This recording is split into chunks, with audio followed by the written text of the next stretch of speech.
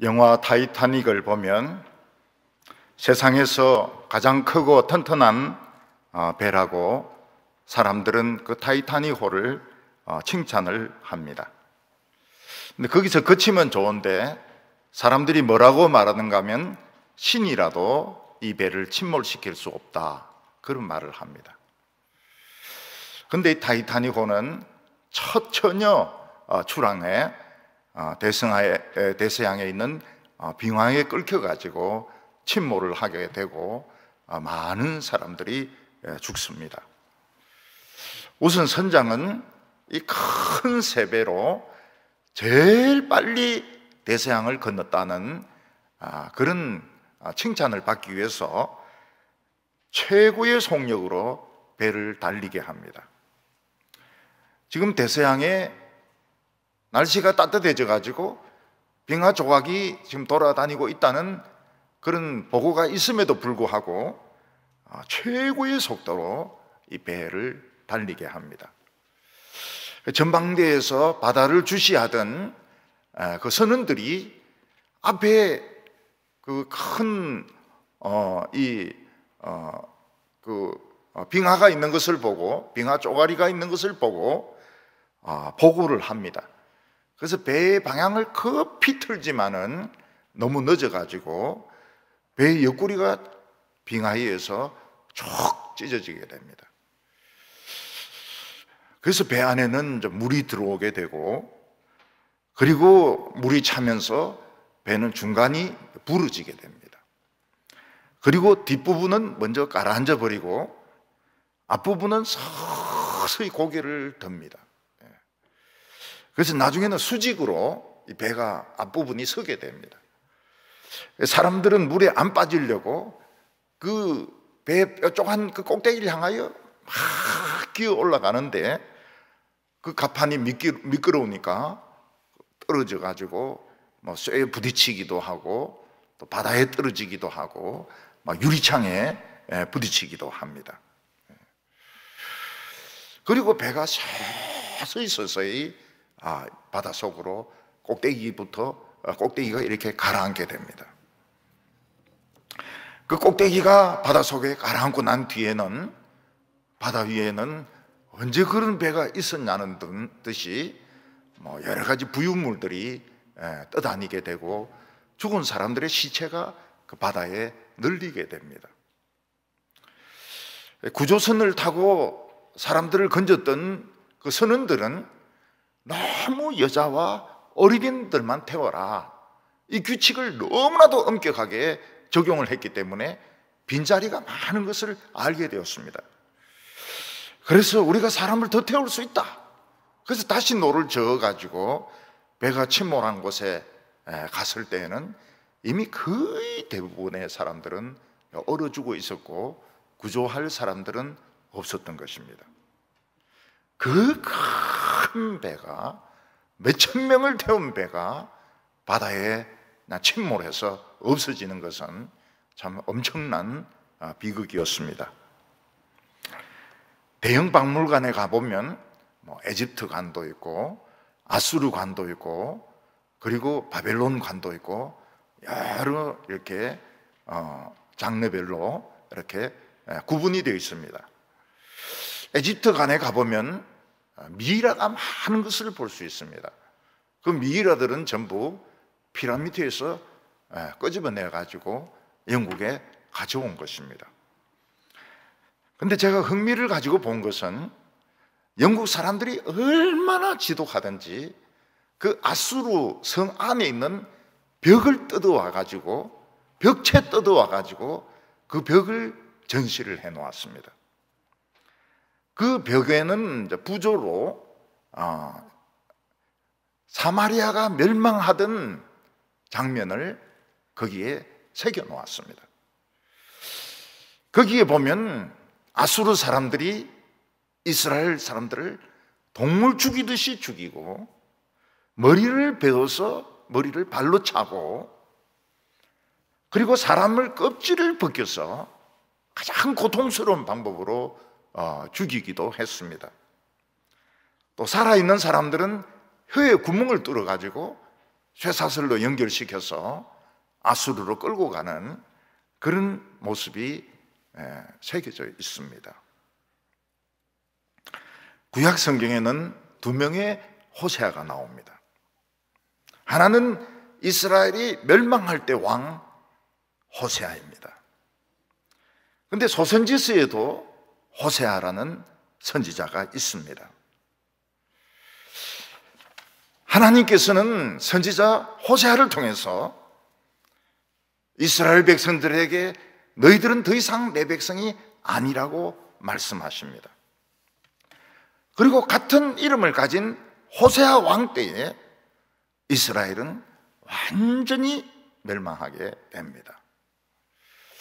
옛날에는 나라들끼리 전쟁을 해도 항복하고 조공을 바치고 사람들이 노예로 붙들려 가면 그렇게 나라를 없애거나 사람들을 다 죽이지는 않았습니다.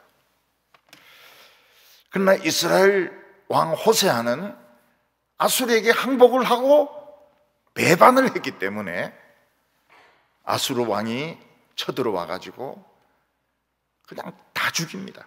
전부 다 죽이고 남은 사람들은 혀를 뚫어 가지고 아수르로 끌고 가고 이 지구상에서 이스라엘이란 나라는 완전히 없어지게 됩니다.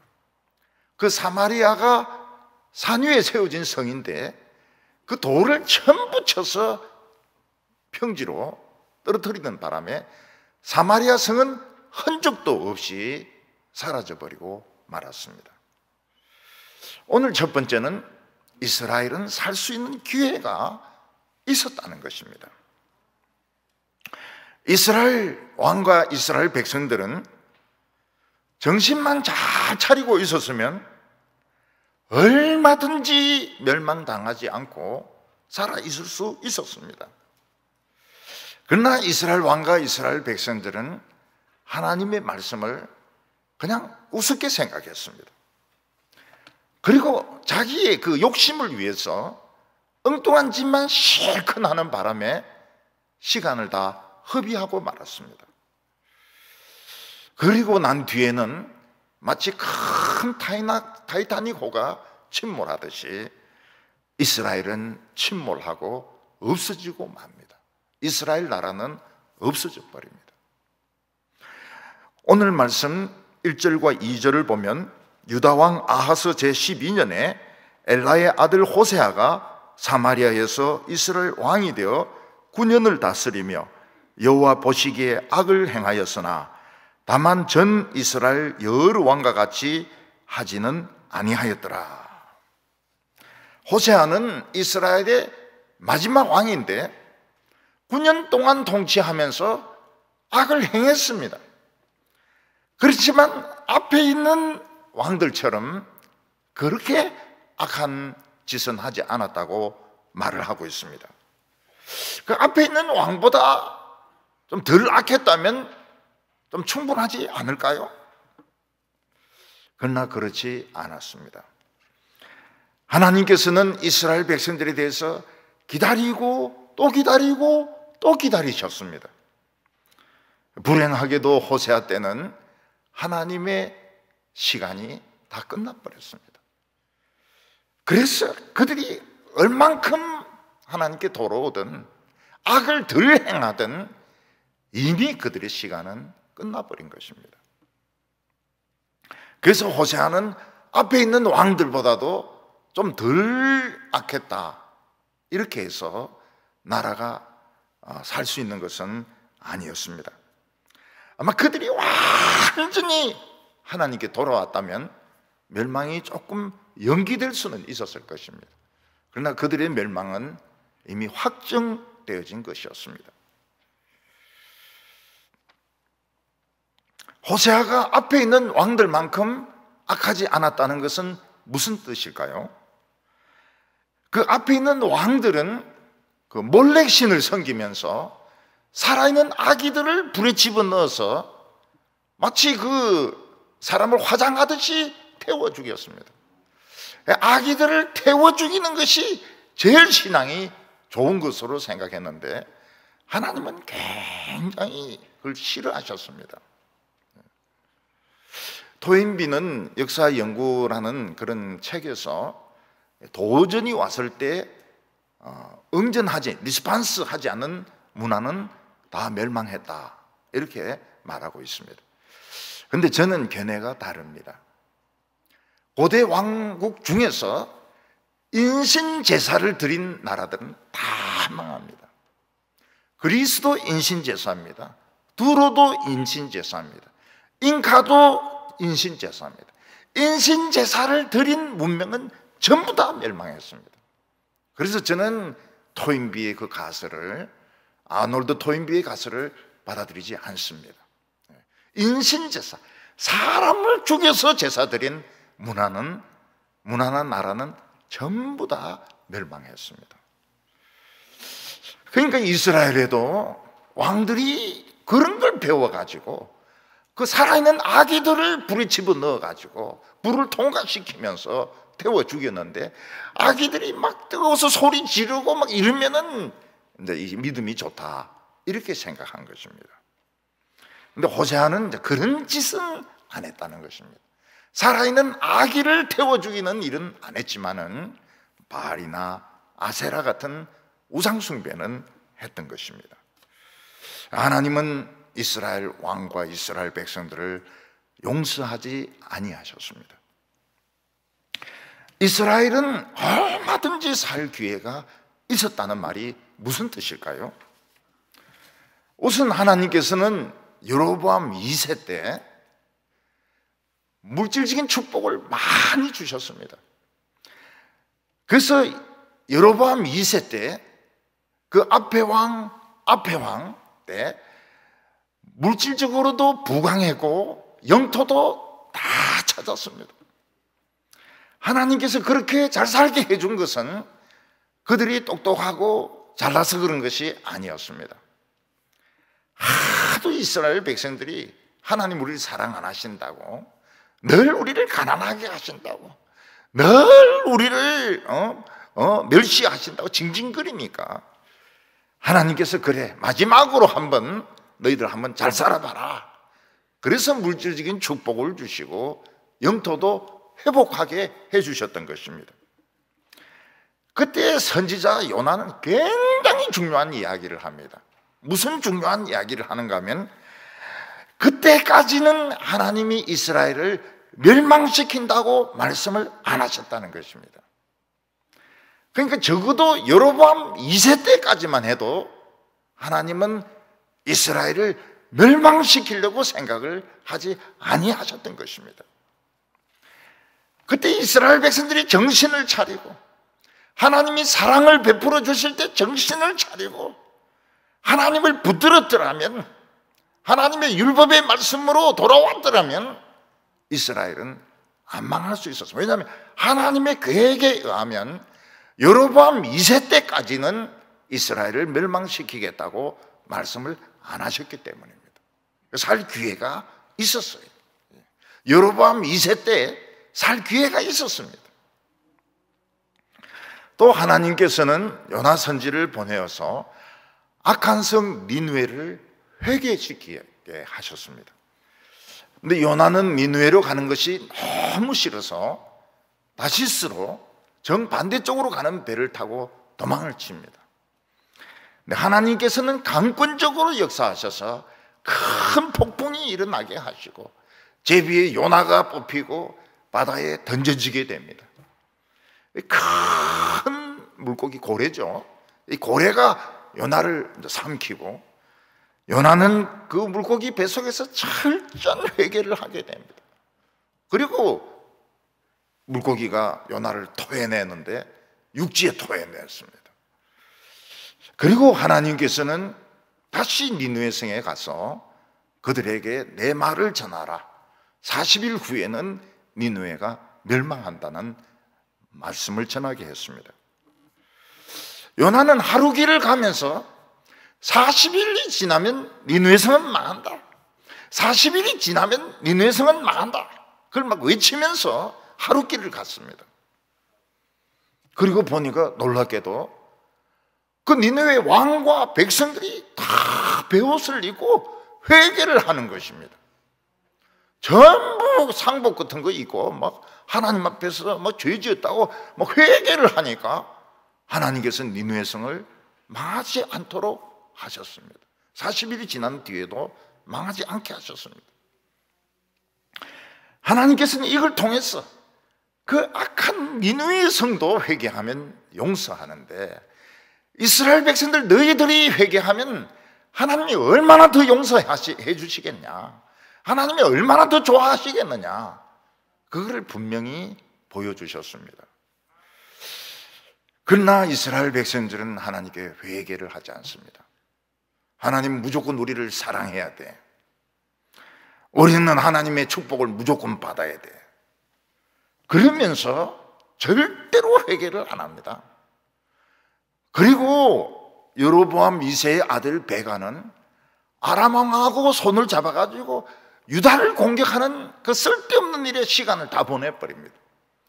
더 중요한 일이 있는데, 하나님 앞에서 아직 시간이 있는데 그 시간을 유다를 괴롭히고 유다를 공격하고 유다 백성들을 죽이는 그 일에 시간을 다 허비해버렸던 것입니다.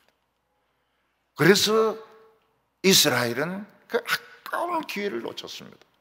여로보암 2세 때 아직은 하나님이 멸망시킬 계획이 없다고 말씀하시고 니느웨를 회개시키는 것을 통해서 그 이스라엘 백성들이 회개하면 하나님이 더 잘 받아주신다는 것을 보여주셨지만, 그들은 엉뚱한 일에, 잡다한 일에 시간을 다 허비해버렸던 것입니다. 그래서 이 교회나 나라에 이렇게 보면 그 지도자들이 그 감각이 뛰어나야 됩니다. 중요한 것이 무엇인지 그 감각이 있어야 됩니다. 그런 감각 없이 잡다한데 시간을 다 허비하면 어떻게 됩니까? 땡, 시간이 이제 없어요. 기회가 없어요. 종이 쳐버린 것입니다. 그리고는 돌이킬 수 없는 나락에 빠지게 됩니다. 그래서 지도자라고 하는 것은 무슨 신학교를 졸업하고 박사학위를 가지고 이렇다 해서 지도자가 될 수 있는 게 아닙니다. 그 흐름을 알아야 됩니다. 흐름을 알고 있고, 지금 내가 왜 이 자리에 있고, 지금 이 시간은 얼마나 남았는가, 어떤 것이 중요한 문제인가, 그걸 보지 못하면 결국은 나라나 교회나 어떤 기업이나 망해버립니다. 그리고 세 번째로 살 수 있는 기회가 뭔가 하면, 아수르 왕이 쳐들어왔을 때 그 호세아가 항복을 했습니다. 그래서 종의 나라가 되고, 식민지죠, 식민지가 되고 조공을 바쳤습니다. 호세아나 이스라엘 백성들이 계속 종의 나라로 있고 계속 조공을 바쳤더라면 망하지 않습니다. 물론 자존심은 상하고 자유는 억압당하고, 그리고 아까운 물건이나 사람들은 많이 아수르에 뺏기지만 적어도 나라는 망하지는 않습니다. 그게 사는 길입니다. 바닥에 바짝 엎드려가지고 사는 길입니다. 그러나 나라가 망하려고 하거나 회사가 망하려고 하거나 교회가 막 무너지려고 하면 그렇게 고집 센 사람들이 많이 등장하게 됩니다. 자존심이 막 엄청 강해지면서 똑똑한 사람들이 막 여기저기서 막 나오게 됩니다. 그래서 뭐 이게 옳고 저게 옳고 막 잘난 체 하면서 막 엄청나게 큰 소리를 치게 되는데, 결국은 우리는 위대하다, 우리는 아수르 같은 야만족에게 조공을 바칠 필요가 없다, 이런 데 결론을 내리면서 결국은 침몰하게 되는 것입니다. 그래서 망할 때 보면 똑똑한 사람들이 많이 나와요. 말 잘하는 사람들이 엄청 많이 나오게 됩니다. 근데 그들의 그 말들은 다 책임지는 말이 아니고 제대로 보고 하는 말이 아닙니다. 결국은 망하는 길로, 소경이 소경을 인도하는 그런 말들인 것입니다. 그래서 이스라엘 왕 호세아는 아수르의 조공을 바치면서 몰래 애굽에 사자들을 보내가지고 우리 동맹을 맺자. 항복보다는 동맹이 낫죠. 같은 자격이니까요. 그리고 아수르에 보내던 조공을 끊었습니다. 그때 아수르 왕은 엄청나게 화가 나가서 네가 나를 배반해? 그래서 이스라엘을 공격해가지고 완전히 이스라엘을 멸망시켜 버렸습니다. 남긴 사람이 없습니다. 이스라엘 사람은 한 명도 남지 않았습니다. 침몰해버린 겁니다. 살 기회가 있었어요. 적어도 여로보암 2세 때까지는 아직 하나님은 멸망시키려고 생각을 안 했어요. 그리고 니느웨가 회개하는 것을 보고서 이스라엘이 회개하기를 원하셨습니다. 마지막 끝에 가서 그들이 막 식민지가 되어서 조공을 바치고 그러더라도 죽는 것보다는 낫거든요. 근데 자존심 내세우고 똑똑한 채 하다가 이스라엘은 한 명도 남지 않고 다 죽거나 혓바닥 뚫려가지고 아수르로 붙들려 가는 것입니다. 기회를 놓쳐버렸어요. 기회를 놓쳐버렸어요. 오늘 두 번째는 호세아의 배신이 나옵니다. 아수르 왕 살만 에셀이 이스라엘을 쳐들어왔을 때 이스라엘은 아수르에게 져서 항복을 하고 조공을 바쳤습니다. 3절과 4절 보면 아수르 왕 살만 에셀이 올라오니 호세아가 그에게 종이 되어 조공을 드리더니 그가 애굽 왕 소에게 사자들을 보내고 해마다 하던 대로 아수르 왕에게 조공을 드리지 아니하매 아수르 왕이 호세아가 배반함을 보고 그를 옥에 감금하여 가두고. 우리에게 어떤 불행이 찾아올 때 우리는 과거를 생각해 볼 필요가 있습니다. 왜냐하면 하나님께서는 반드시 우리를 깨닫게 하시려고 질병을 주시고 어려움을 주시고 전쟁이나 사업의 실패나 참 풀릴 수 없는 어려운 과제를 우리에게 주시기 때문입니다. 근데 이 망할 사람의 특징이 뭔가 하면 이 어려움이 왔을 때 자부심이 이 자신감이 엄청 생깁니다. 그래서 돈 있는 대로 다 들어붓고 다른 사람까지 돈 빌려서 들어부어 가지고 식구들 전체를 다 망하게 만들어 버립니다. 우리가 여기서 생각해 봐야 될 문제가 무엇인가 하면 나라에 전쟁이 터졌을 때 또 식민지가 되었을 때 큰 병이 들어서 수술을 받아야 될 때 전염병이 퍼져가지고 경제가 폭망하고 그리고 많은 사람들이 전염병으로 죽을 때 이게 우리의 신앙과 관계가 있느냐 하는 문제입니다. 우리는 그 안보의 문제, 경제의 문제, 전염병이 우리의 신앙과는 아무 상관이 없다고 생각합니다. 정치가 어려운 것은, 혼란스러운 것은 그 정치하는 사람들의 이념이 틀렸고 머리가 나빠가지고 나라 정치가 엉망이 되었고 부정부패가 만연이 되었고, 전쟁이 터지는 것은 북한이 핵무기를 만들고 미사일을 만들어서 그리고 전 세계를 속여먹었기 때문에 그렇게 되었다고 생각을 합니다. 부동산 가격이 막 치솟고 실업자들이 엄청나게 생겨가지고 사람들이 먹고 살기 어려워진 것은 정책을 잘못해서 그렇지 내 신앙이, 우리의 신앙이 문제가 있다고 생각하지는 않습니다.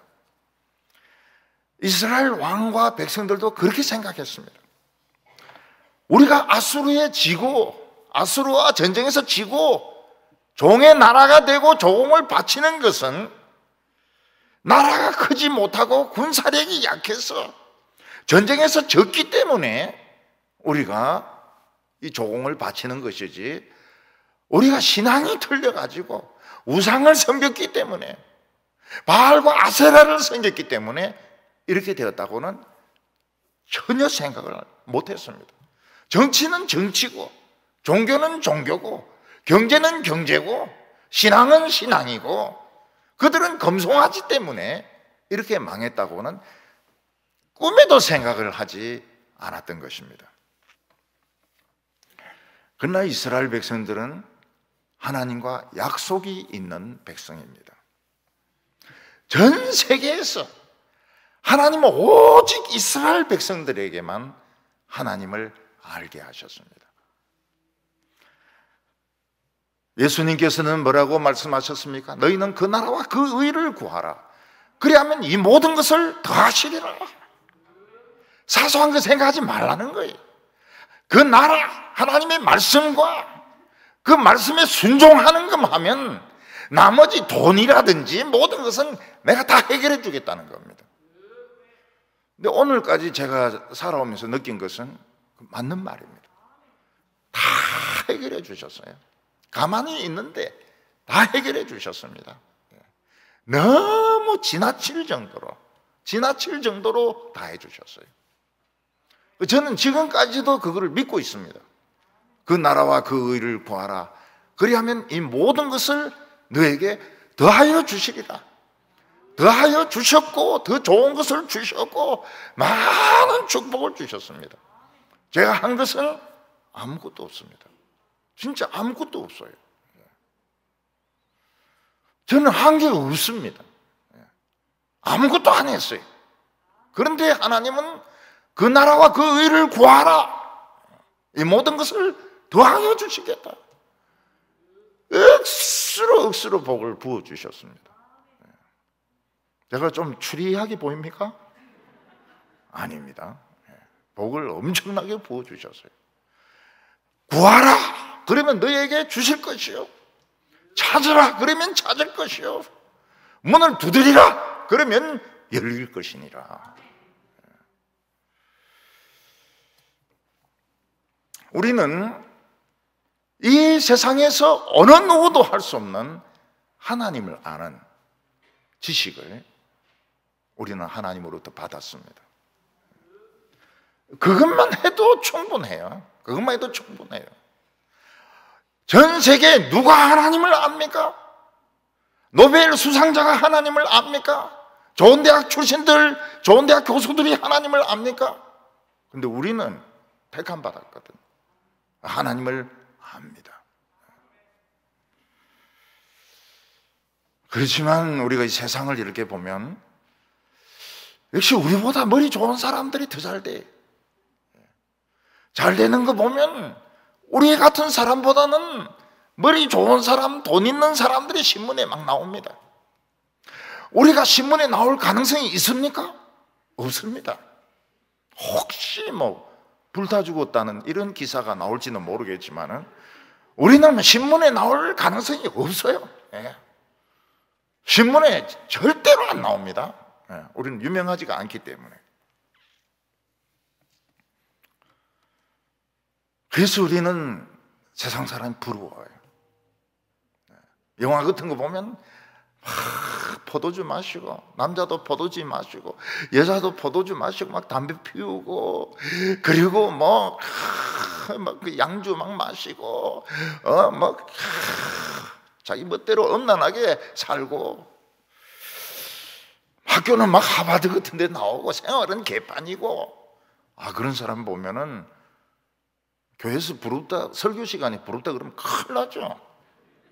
속으로는 야, 저 사람들이 참 월급도 엄청 많이 받고, 연봉도 엄청나게 많이 받고, 요트 타고 막 가다가 바다에 빠져 죽고 말이죠. 얼마나 멋있게 보입니까? 그래서 우리는 세상에 돈 많은 사람들이 부럽고, 성공한 사람들이 부럽고, 머리 좋은 사람들이 부럽고, 수능에서 막 만점을 맞았다더라. 누구는 만점을 맞았다더라. 서울대 경영학과에 들어갔다, 의대에 들어갔다더라. 여러분, 수능에 만점 맞은 그게 제정신입니까? 그 미친놈이죠.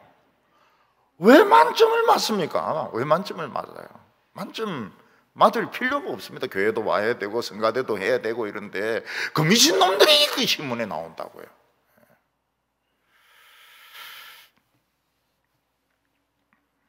짧은 시간에 보면 머리 좋고 똑똑한 사람들이 성공하는 건 틀림이 없습니다. 근데 좀 더 긴 인생을 통해서 보면 이 사람들이 반드시 속도를 오버해요. 속도를 오버하고 죄를 짓습니다.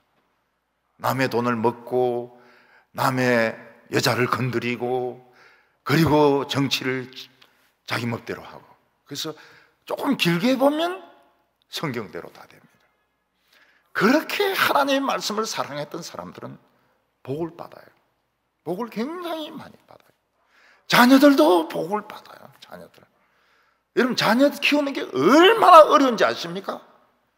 세상에서 골프하고 애 키우는 것은 마음대로 안 된다 하지 않습니까? 돈을 아무리 쓰고 막 최고로 똑똑한 과외 선생을 갖다 붙여줘도 공부를 안 하고 확진만 걸리니까 이게 무슨 소용이 있냐 이거죠. 근데 그 부모가 그냥 애들 그냥 내버려 두고 말이죠, 그냥 하나님 붙들고 있는 사람들은 애들도 하나님을 붙들고 나중에 뭐 자기가 공부를 합니다. 자기가 공부를 해야 이게 진짜 공부가 되거든. 호세아는 아수르 군대가 쳐들어오니까 밀리다가 항복을 했습니다. 종의 나라가 되어서 매년 조공을 바칩니다. 금, 은, 미녀들, 머리 좋은 애들, 뭐 귀한 이런 그릇들 다 바칩니다. 이스라엘 왕이나 백성들이 이게 신앙하고 관계 있다, 이게 우상숭배하고 관계 있다, 이거를 연결시키지 못하는 겁니다. 우리 힘이 없어서 억울하다, 우리는 힘을 가져야 된다, 조공 바치는 거 아깝다, 이거 작은 것만 생각하는 거예요. 작은 것만, 큰 시각에서 보지 못하고 작은 것만 생각하는 것입니다. 그들이 지금까지 하나님 앞에서 한 것을 생각해 보면 지금까지 살아온 것이 기적입니다. 하나님께서 참아온 것이 기적입니다. 그러나 그들은 조공이 아까워요. 자존심이 상하는 것입니다. 그래서 호세아와 귀족들은 머리를 굴리기 시작했습니다. 우리는 아수르만 섬길 필요가 없다. 저놈들은 아주 야만족이다.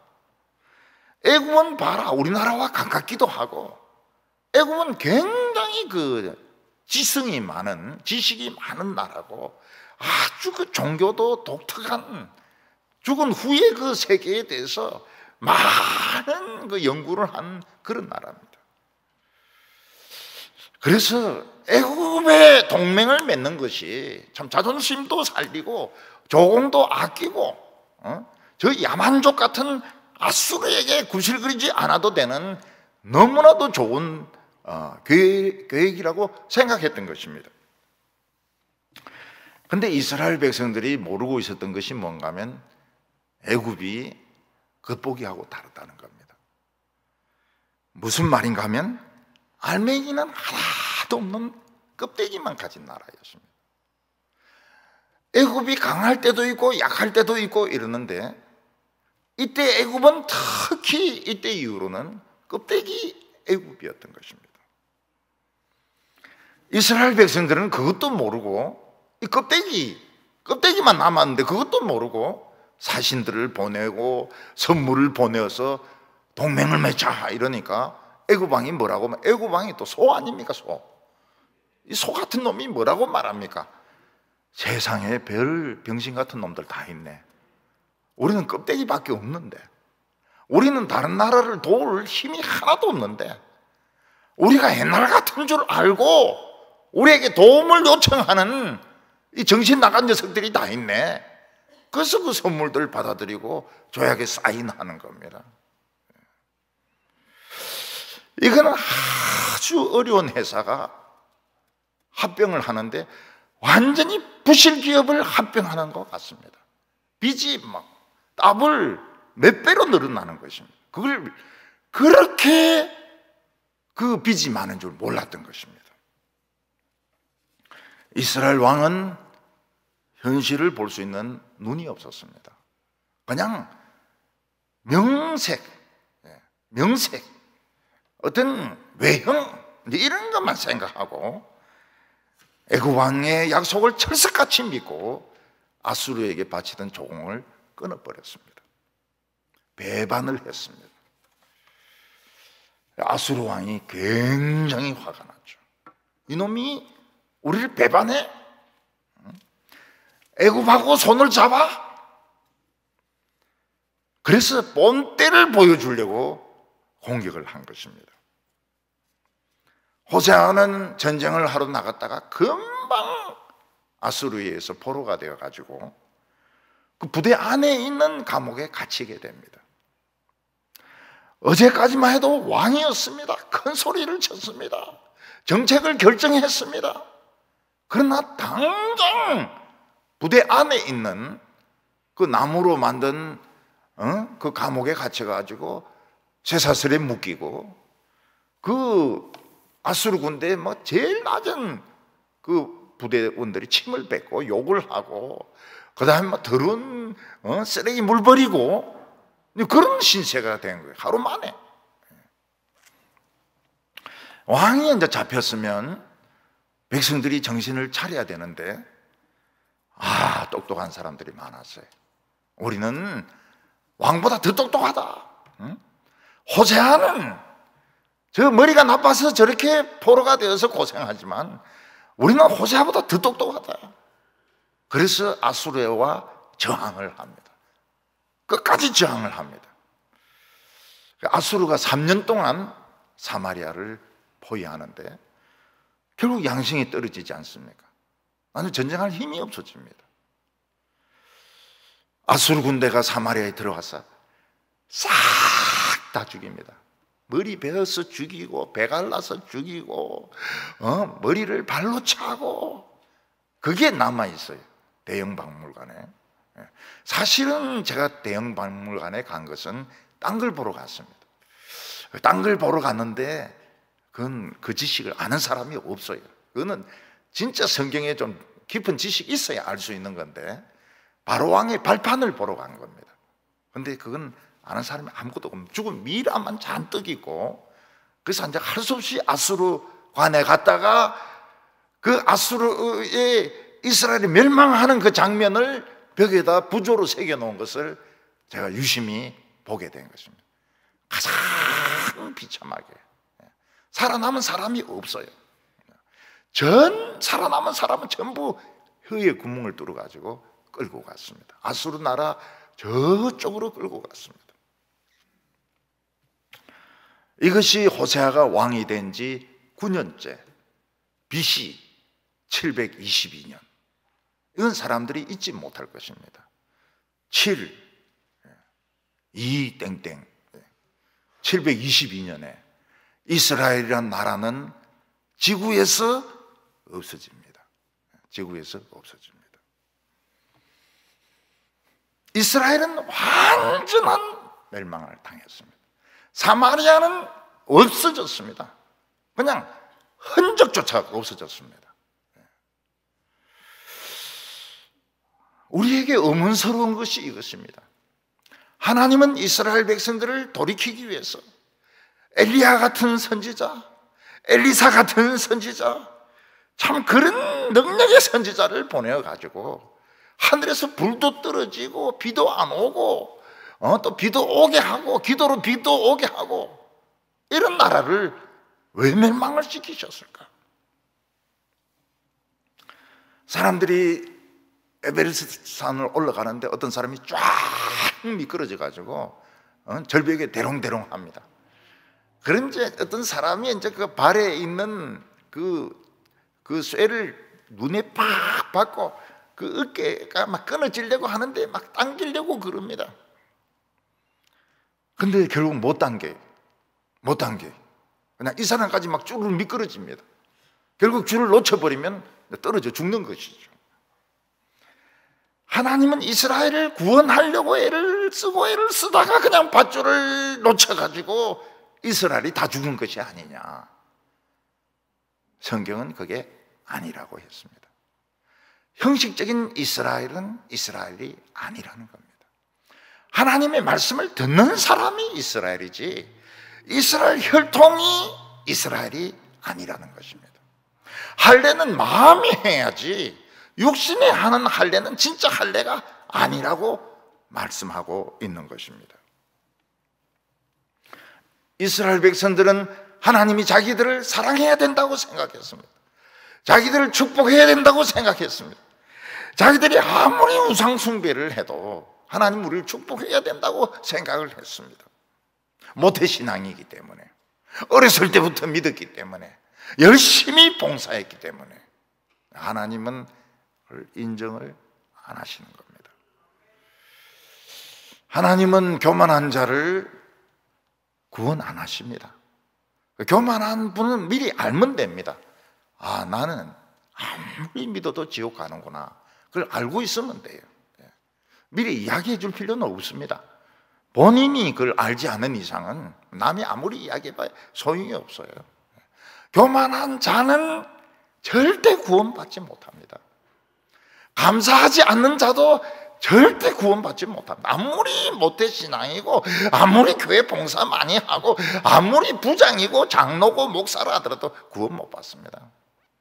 하나님은 감사하는 사람을 구원하기를 원하시고 하나님께서는 말씀에 귀 기울이는 자를 구원하시기를 원하는 것이지 혈통으로 자기는 유대인이고 이스라엘 백성이니까 하나님 무조건 구원하셔야 된다. 나는 목사이기 때문에 하나님 축복하셔야 된다. 그런 거 없어요. 요즘 목사님들 투잡을 뛰고 있지 않습니까?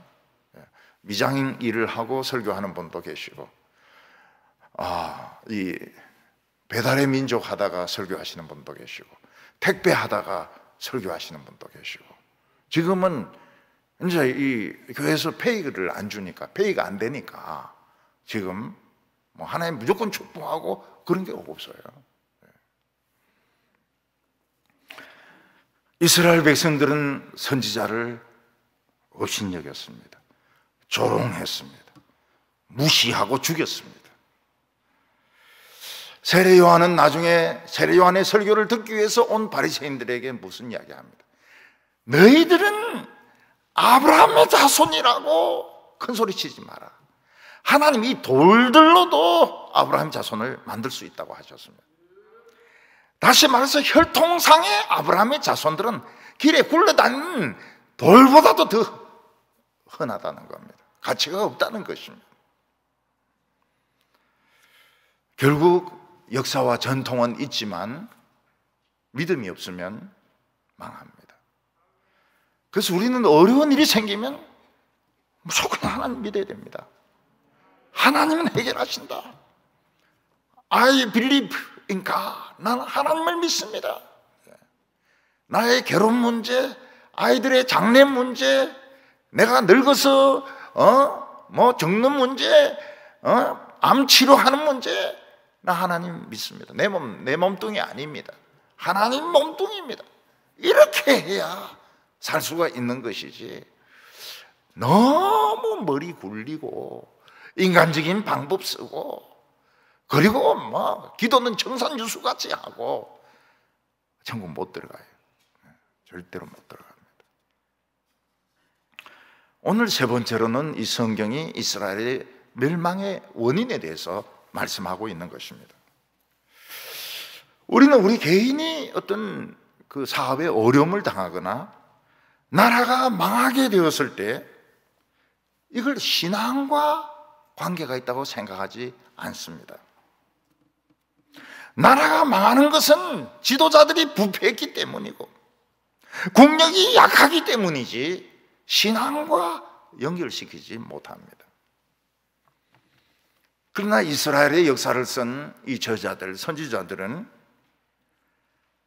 이스라엘 백성들이 하나님과 약속을 배반하고 우상을 섬기고 가나안 땅에서 쫓아낸 사람들의 그런 신을 섬겼기 때문에, 그들은 신앙을 본받았기 때문에 그들은 망했다고 그렇게 적고 있습니다.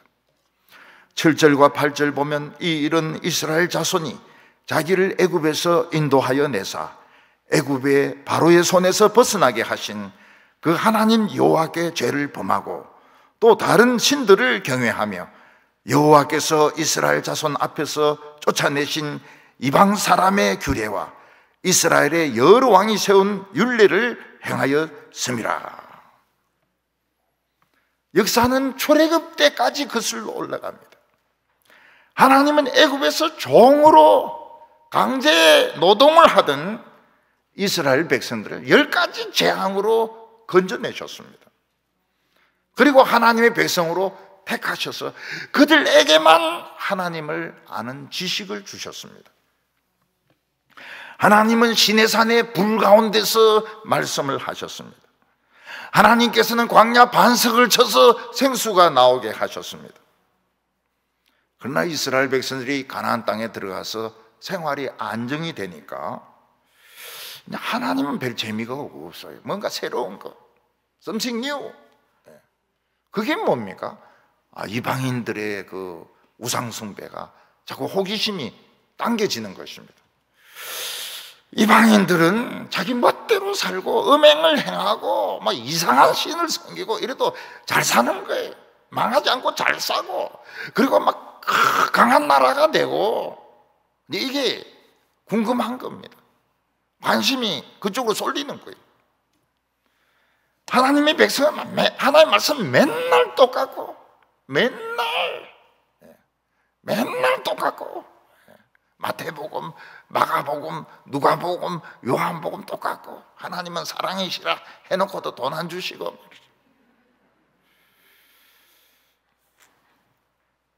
우리도 이 세상에서 보면 하나님 안 믿는데 막 그렇게 출세하고 권력을 잡고 그렇게 사업에 성공하고,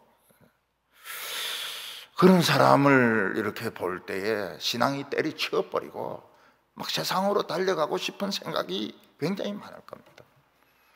젊은 청년들이 교회 많은 것은 신기한 겁니다. 젊었을 때 얼마나 세상이 좋은지 몰라요. 너무너무 세상이 좋은데 교회에 오는 것은 정말 기적입니다. 기적. 근데 젊은 사람만 그런 게 아니에요. 늙으면 늙을수록 욕심이 더 생깁니다. 우리도 세상 사람들이 하는 것처럼 막 술도 마시고, 술도 마시고, 담배도 막 피우고. 서양은 여자들이 그렇게 담배를 많이 피워요. 여자들이. 우리나라도 보니까 여성들이 담배를 많이 피우더라고요. 멋있게 피워요, 그것도. 이게 막 루즈에 빨갛게 해가지고 다 피우는데 멋있어요. 음행도 하고 눈에 딱 맞으면 막 술 마시러 가자. 그게 이제 더러운 짓 하자는 그거거든. 그건 뭐 틀림없이 공식입니다. 공식. 술 한 잔 더 하자. 이게 공식입니다. 그래서 우리는 때로는 세상에 끌릴 때가 있습니다. 세상에 막 명품을 막 걸치고 명품 가방을 그냥 하고, 나는 그냥 여성 부흥의 가방 그거 들고 다니는데 C가 이렇게 탁 붙은 샤넬 딱 들고 다니고 말이죠. 여성 부흥회 하고 샤넬 하고 그 비용이 그 비교가 됩니까 그게? 그래서 막 그냥 저절로 끌려가요. 텔레비는 막 요즘은 모든 영화가 음란하고 동성애고, 동성애는 이제는 아무 문제가 안 돼요. 그 자식에 끌려가듯이 그냥 끌려가는 겁니다. 끌려가요. 참 그 얄궂죠. 무슨 말들이 왜 무슨 말을 좋아하는지.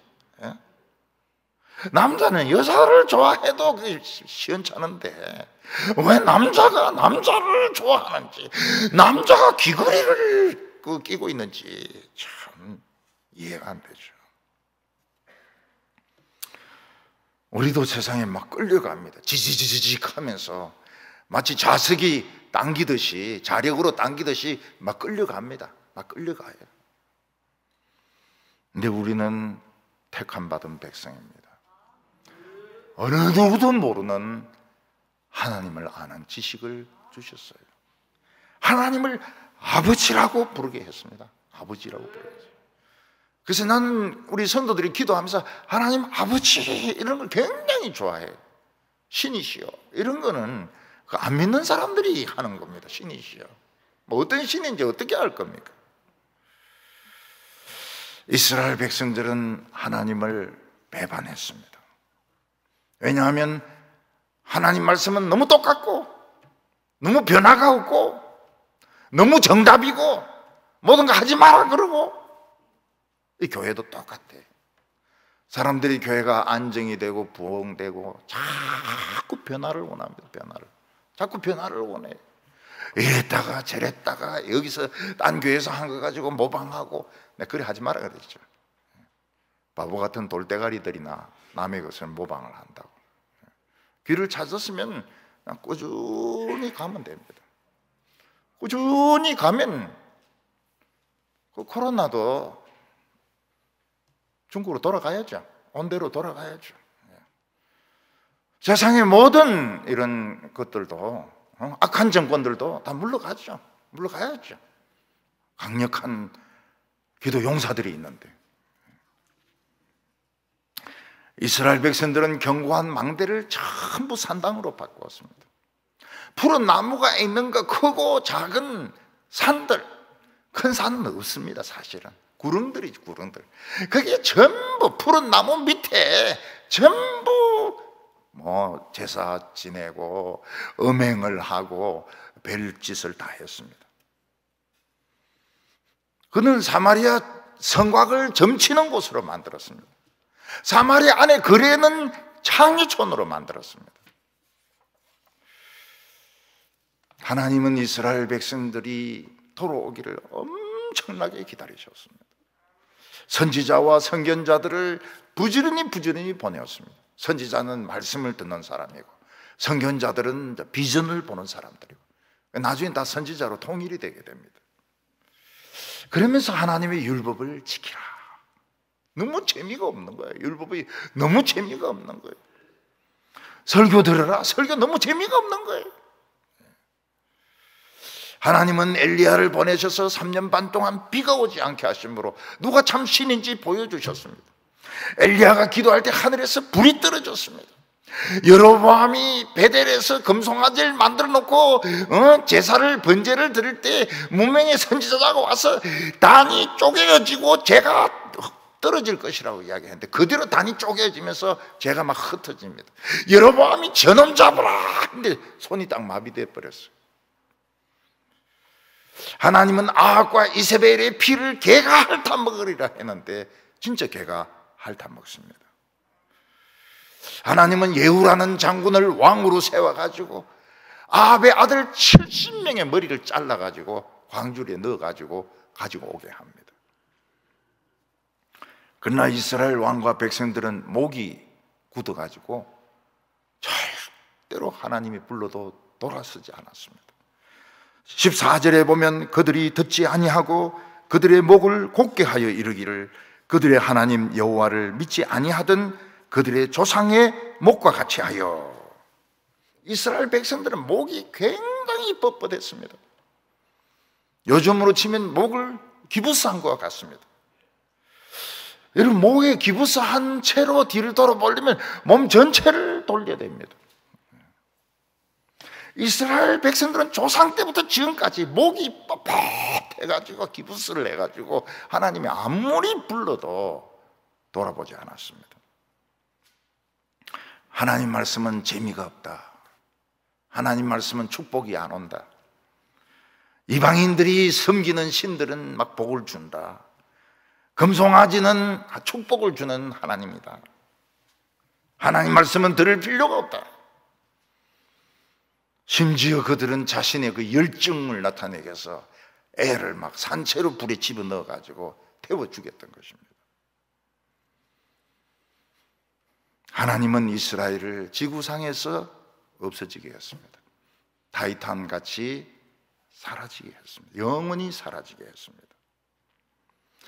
여러분, 신앙과 우리의 삶은 깊은 관계가 있습니다. 하나님은 소돔과 고모라를 멸망시키기 전에 의인 10명만 있으면 멸망시키지 않는다고 말씀하셨습니다.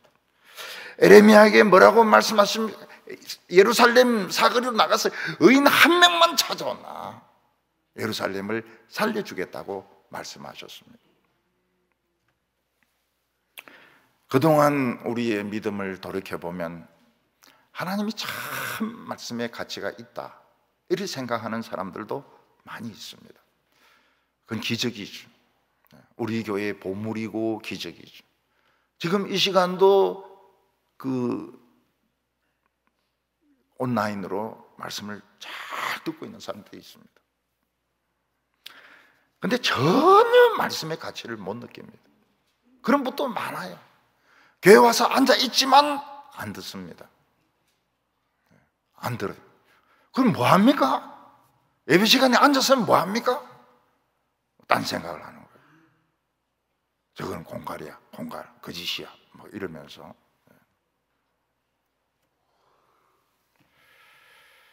자신의 직분이 막 대단하다고 생각해가지고 막 직분 가지고 막 뭔가를 막 하려고 합니다. 그들은 오랜 시간, 제가 이 교회에 23년 있었는데 23년 동안 설교 안 들은 것입니다. 설교 안 들었어요. 신앙이 좋은 척하지만 하는 말을 딱 들어보면 말씀 안 들었어요. 신앙이 없어요. 그런 사람들도 많이 있어요. 제가 마음이 굉장히 아프죠. 굉장히 마음이 아프죠. 그러나 하나님을 믿기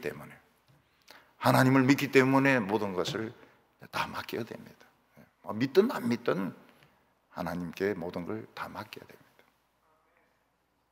오랜 시간, 20년이 넘는 그 시간을 설교 안 들어요. 설교 안 듣고 뭐 하는지 교회는 왜 오는지 모르겠어요.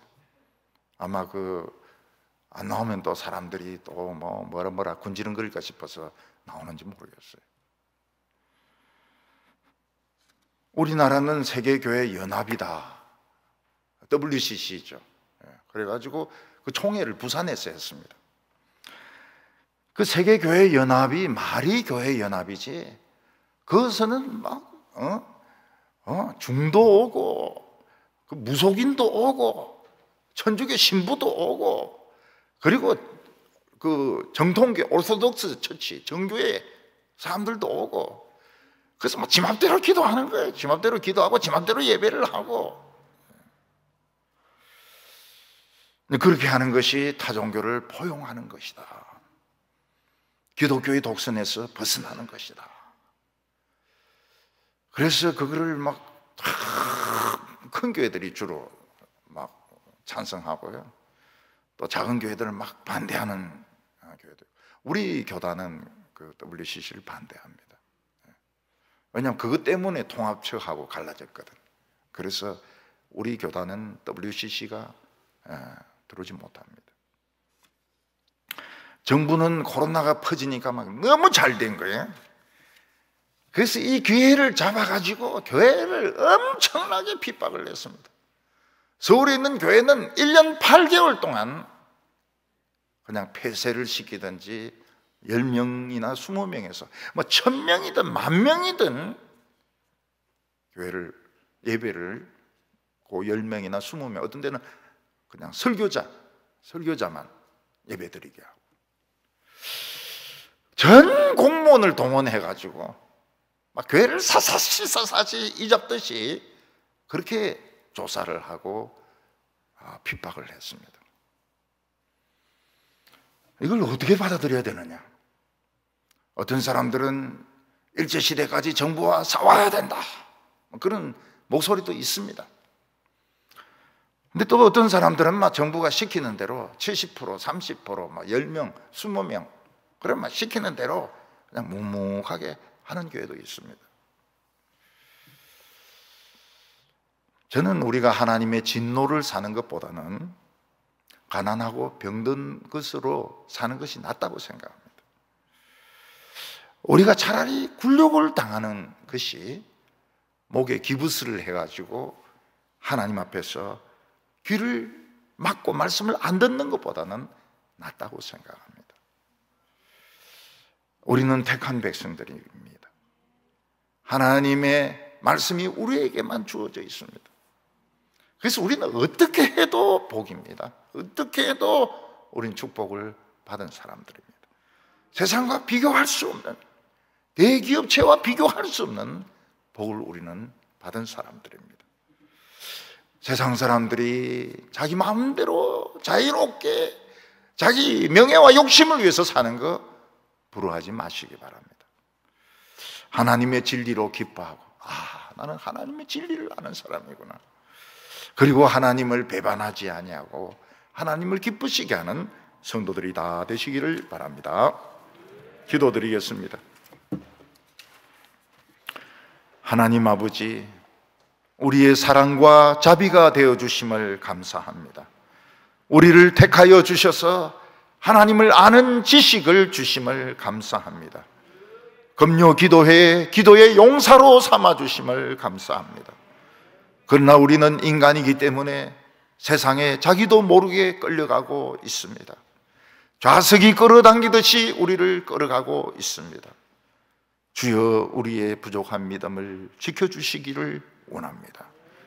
우리의 눈을 열어주셔서 하나님의 말씀의 세계에 기이한 것을 보게 하여 주시옵소서. 오늘 우리의 한숨과 신음소리와 부르짖는 모든 소리를 하나님이 다 들으신다는 것을 깨닫게 하여 주시옵소서. 오늘 기도하는 시간, 기쁜 시간 되게 하여 주시고, 신나는 시간 되게 하여 주시고, 우울증을 다 벗어버리는 시간이 되게 하여 주시옵소서. 예수님의 이름으로 기도하옵나이다. 아멘.